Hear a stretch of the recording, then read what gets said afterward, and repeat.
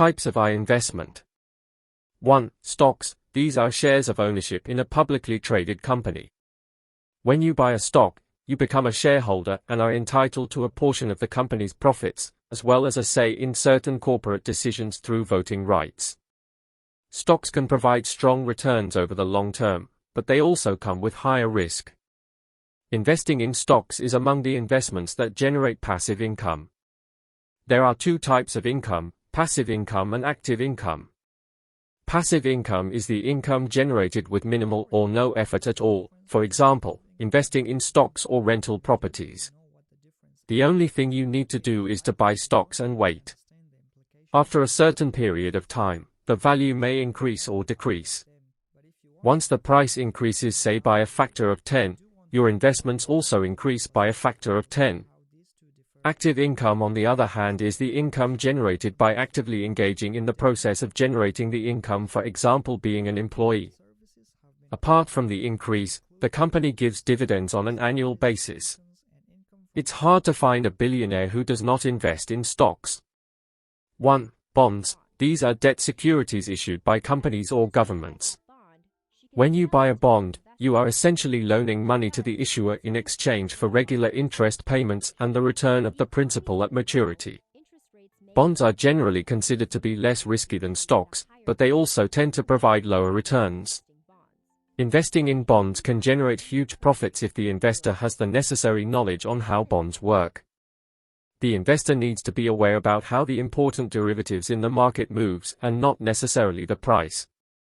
There are different types of bonds that an investor needs to understand before investing. These are 1. Treasury bonds. These are issued by the US government and considered to be the safest type of bond. They typically pay lower interest rates than other bonds, but are considered to be a safe haven for investors during times of economic uncertainty. 2. Corporate bonds. These are issued by private companies and have a higher risk of default than government bonds. They also tend to pay higher interest rates than treasury bonds, making them more attractive to investors. 3. Municipal bonds. These are issued by state and local governments and are generally tax-free for residents of the issuing state. They can be a good option for investors in higher tax brackets who are looking for tax-advantaged income. 4. High-yield bonds, also known as junk bonds. These are issued by companies with lower credit ratings and pay higher interest rates than investment-grade bonds. They are considered to be higher risk than other types of bonds, but they can also provide higher returns. 5. Floating-rate bonds. These bonds have variable interest rates that are tied to a benchmark such as the London Interbank Offered Rate, LIBOR. This means that the interest rate on the bond will fluctuate based on changes in the benchmark rate, which can make them more attractive to investors in a rising interest rate environment. 6. International bonds. These are bonds issued by foreign governments or companies and are denominated in foreign currencies. They can provide diversification benefits and higher returns than domestic bonds, but they also come with currency risk. 7. Inflation-linked bonds. These are bonds that adjust the interest payments or principal amount based on changes in the inflation rate. They can provide a hedge against inflation and can be a good choice for investors who are concerned about rising prices.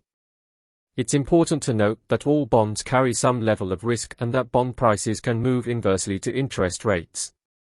Thus, when interest rates rise, bond prices fall, and vice versa. Diversifying your bond portfolio by investing in different types of bonds can help to mitigate risk and increase returns.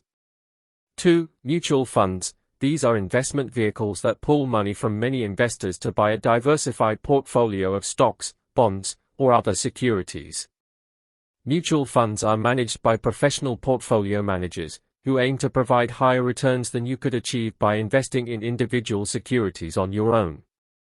3. Real estate. This is the ownership of land, buildings, or other properties. Real estate can provide income through rent, as well as appreciation in value over time. Real estate is another investment that generates passive income.